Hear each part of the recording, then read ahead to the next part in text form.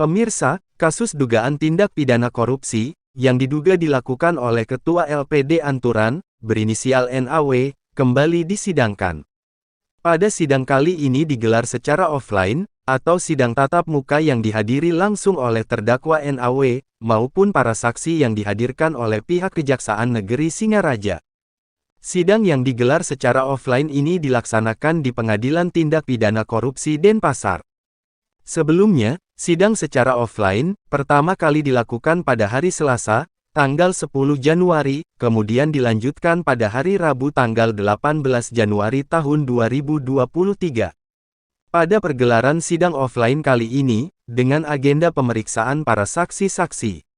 Untuk mengetahui bagaimana jalannya sidang, serta apa saja yang terungkap dalam sidang tersebut, awak media meminta konfirmasi langsung kepada para pihak, baik itu dari pihak Kejaksaan Negeri Buleleng, maupun penasihat hukum terdakwa. Berikut pernyataan dari pihak Kejaksaan Negeri Buleleng maupun dari penasihat hukum terdakwa yang ditemui di kantornya masing-masing. Untuk perkara LPD Anturan dapat kami jelaskan, untuk pembuktian sudah dilaksanakan 2 kali, di mana kami JPU telah menghadirkan saksi-saksi yang dalam 2 kali sidang itu sudah sebanyak 14 saksi yang kami hadirkan. Yaitu yang pertama, yaitu saksi-saksi yang merupakan pengurus daripada LPD Anturan tersebut.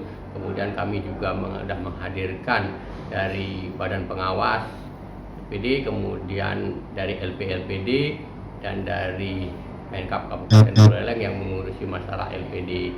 Di mana dari keterangan saksi-saksi itu, masing-masing saksi menerangkan dari apa yang saksi ketahui terkait dengan tindak pidana korupsi yang kami dakwakan terhadap terdakwa terkait dengan LPD Anturan, dan keterangan saksi-saksi tersebut pada pokoknya telah mendukung pembuktian dari dakwaan kami. Mengenai masalah LPD ini, kami berpendapat bahwa LPD tersebut merupakan ranah daripada keuangan negara, sehingga penanganannya itu adalah perkara penanganan korupsi, di mana mengenai LPD ini sebelumnya sudah ada putusan-putusan pengadilan yang telah berkekuatan hukum tetap atau berinkrah, sehingga itu bisa dijadikan jurisprudensi yang menyebutkan bahwa LPD adalah masuk dalam keuangan negara dan merupakan kategori perkara tindak pidana korupsi. Sementara di pihak lain, ditemui di kantornya, di kantor Advokat Bali Privacy, Jalan Muding Indah, nomor 99X, Kerobokan Kaja, Kecamatan Kuta. Penasihat hukum terdakwa NAW, Wayan Sumardika Sarjana Hukum mengungkapkan, para saksi yang dihadirkan oleh jaksa penuntut umum, justru menguntungkan kliennya. Berikut pernyataan dari penasihat hukum terdakwa. Ungkap juga dalam keterangan saksi-saksi, siapa yang punya hak untuk menerima atau menolak laporan pertanggungjawaban LPD. Jadi terungkap dari saksi-saksi bahwa yang memiliki kewenangan atau hak untuk menolak atau menerima laporan pertanggungjawaban LPD adalah Paruman Desa Adat Anturan. Saya tanya, apakah ada kewajiban untuk mempertanggungjawabkan LPD itu di mata pemerintah? Saksi menerangkan tidak ada. Kewajiban LPD hanya menembuskan laporan pertanggungjawaban. Itu yang terungkap. Kemudian terjadinya masalah belakangan ini karena sebagaimana juga keterangan saksi dari LPD provinsi, modal LPD Anturan itu bersumber dari dana masyarakat. Nah, ketika memasuki tahun 2020 karena situasi COVID-19, jadi dana yang disimpan baik dalam bentuk deposito maupun tabungan itu masyarakat berduyun-duyun menarik tabungan dan depositonya sampai kehabisan stok uang di LPD. Artinya kas sudah sampai tidak ada. Sementara debitur masyarakat yang pinjam uang di LPD tidak ada yang bayar, sehingga kehabisan stok uang. Itulah kemudian memicu terjadinya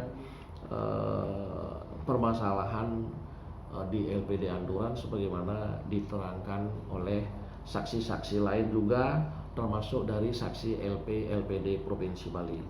Nah, total kredit yang berjalan di masyarakat sampai tahun laporan 2019 adalah sebanyak 242 miliar. Ya, bayangkan ada juga sebagaimana dakwahan jaksa penuntut umum disebutkan terdapat kredit fiktif.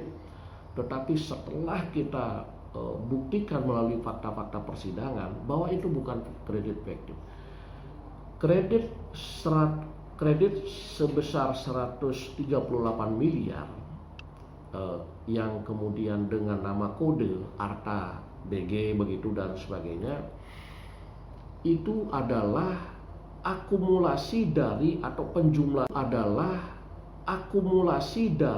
penjumlahan dari bunga-bunga kredit debitur. Jadi para nasabah atau masyarakat yang pinjam uang tidak bayar, kemudian timbul bunga dan denda, kemudian bunga dan denda itulah diakumulasi, kemudian dicatatkan sebagai tagihan dalam bentuk kredit. Jadi faktanya setelah kami kejar terhadap kredit yang diduga fiktif yang digunakan untuk memperkaya diri sendiri, fakta persidangan mengungkap bahwa tidak ada uang yang digunakan untuk memperkaya diri sendiri, karena kredit 138 miliar itu adalah kumpulan dari bunga dan denda dari debitur yang tidak dibayarkan sehingga dicatat, kemudian itu akan tetap ditagih. Itu persoalannya. Jadi tidak ada fisik uang yang keluar, makanya kan jadi terbantahkan dugaan yang sebagaimana dakwaan jaksa penuntut umum, klien kami terdakwa memperkaya diri sendiri dengan menilep uang 138 miliar itu. Nah, kenapa itu sampai disebut sebagai kredit fiktif? Ini salahnya. Dari dulu saya bilang, institusi yang punya kewenangan untuk melakukan audit kerugian keuangan negara adalah BPK dan BPKP.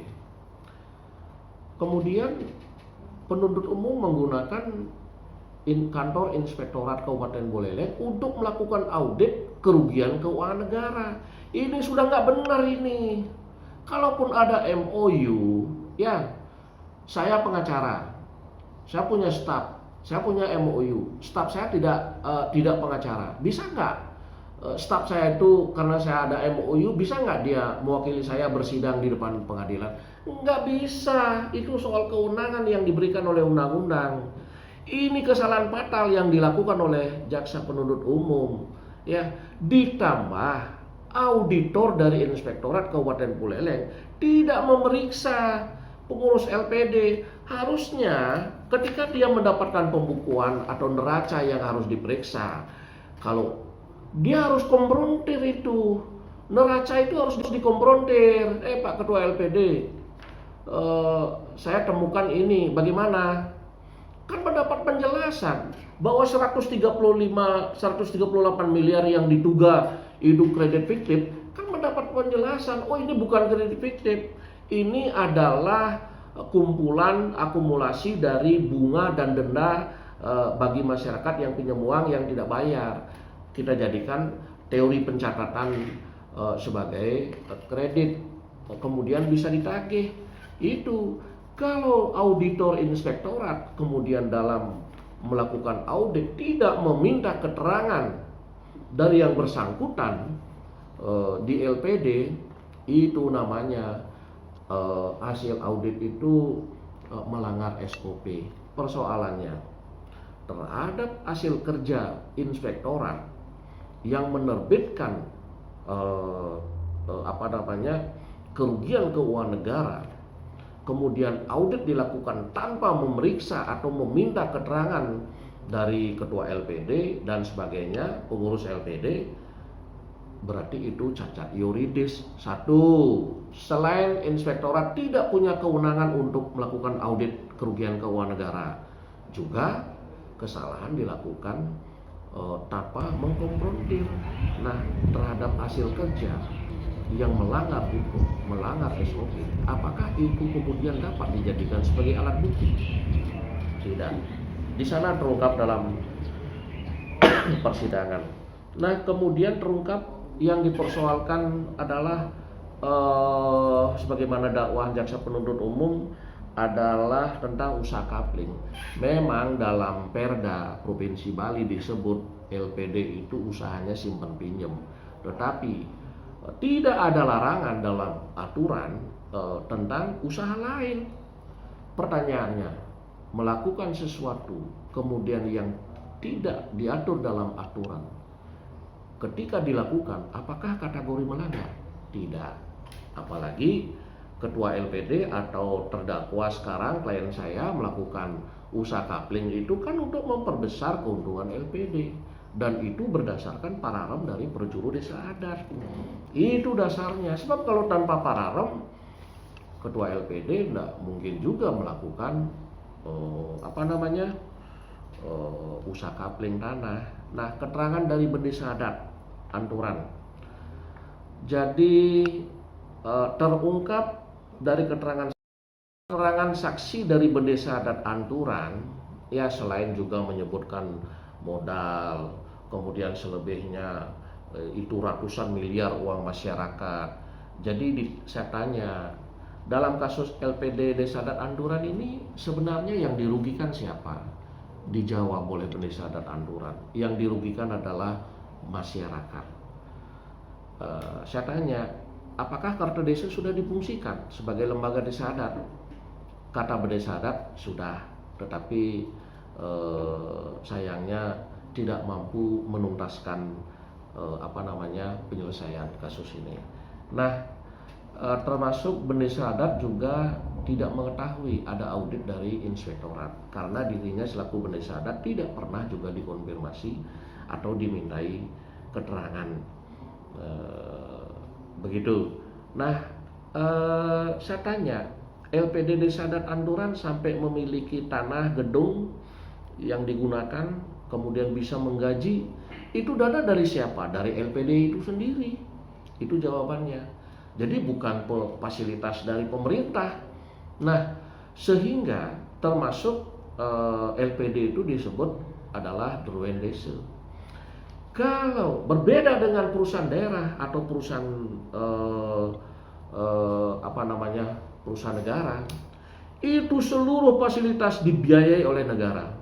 Apakah gedung, apakah tanah, apakah fasilitas, apakah gaji, itu semua dibiayai oleh negara. Itu baru perusahaan daerah atau perusahaan negara. Tapi kalau LPD hanya sebatas modal uang sejumlah 5 juta sekian, selebihnya ratusan miliar uang masyarakat, fasilitas dari LPD itu sendiri, gaji-gaji dari LPD itu sendiri, sehingga tidak sebagaimana dengan aturan sebagai syarat daripada kategori bahwa itu perusahaan daerah atau perusahaan negara. Itu soal fasilitas. Nah, kemudian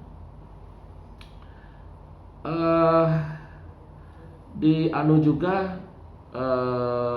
dari keterangan LPD provinsi, cara mengatasi persoalan ini adalah dengan cara kredit ditagih. Itu kredit ditagih, karena itu pemicu tidak adanya kewajiban membayar. Itu sebagai pemicu terjadinya persoalan di LPD Desa Adat Anturan. Bahwa dari keterangan saksi dari Ketua LPD Provinsi Bali yang menyatakan saat ini di LPD Desa Adat Anturan sudah tidak ada uang negara, karena uang yang diperbantukan dulu itu sudah beralih status, sebagaimana saya jelaskan tadi, menjadi dihibahkan ke Desa Adat Anturan. Nah, Desa Adat Anturan menyerahkan uang itu kepada LPD. Status uang yang ada di LPD Desa Adat Anturan bukan sebagai uang negara, Begitu situasi sekarang. Nah, di samping itu juga apalagi sudah tidak ada uang negara, bagaimana penyidik atau penuntut umum bisa mengklaim kerugian 151 miliar? Inilah yang salah. Tidak ada uang korupsi 151 miliar karena sudah tidak ada uang negara di LPD itu. Sebagaimana SK yang sudah diterbitkan oleh Pak Gubernur. Jadi kalau kita rujuk ke undang-undang tentang BPK dan BP perbendaharaan negara, bahwa menghitung kerugian keuangan negara harus nyata dan pasti. Itu. Jadi sudah tidak ada uang negara. Uang apa yang dihitung? Itu berarti yang dihitung itu uang masyarakat, 151 miliar itu. Karena sudah tidak ada uang negara. Berarti ini clear, bukan pidana korupsi. Dan ingat pendapat ahli juga, pemerintah memberikan bantuan uang kepada kelompok masyarakat atau masyarakat dalam kedudukan pemerintah sebagai eksekutif, uang itu tidak berkembang, tetap utuh nilainya, kecuali pemerintah membantu masyarakat atau kelompok masyarakat dalam kedudukannya pemerintah sebagai lembaga perbankan, baru berkembang. Bagaimana uang ini bisa berkembang menjadi 151 miliar? Karena situasi sekarang sebagaimana keterangan saksi LPD sebagai pihak yang menjembatani komunikasi antara pemerintah dengan LPD, statusnya sekarang sudah tidak ada uang negara. Bagaimana bisa ada kerugian 151 miliar? Maka bagaimana pertanyaan rekan tadi, rekan media, saya pastikan kasus ini bukan pidana korupsi sehingga terdakwa harus bebas. Terima kasih.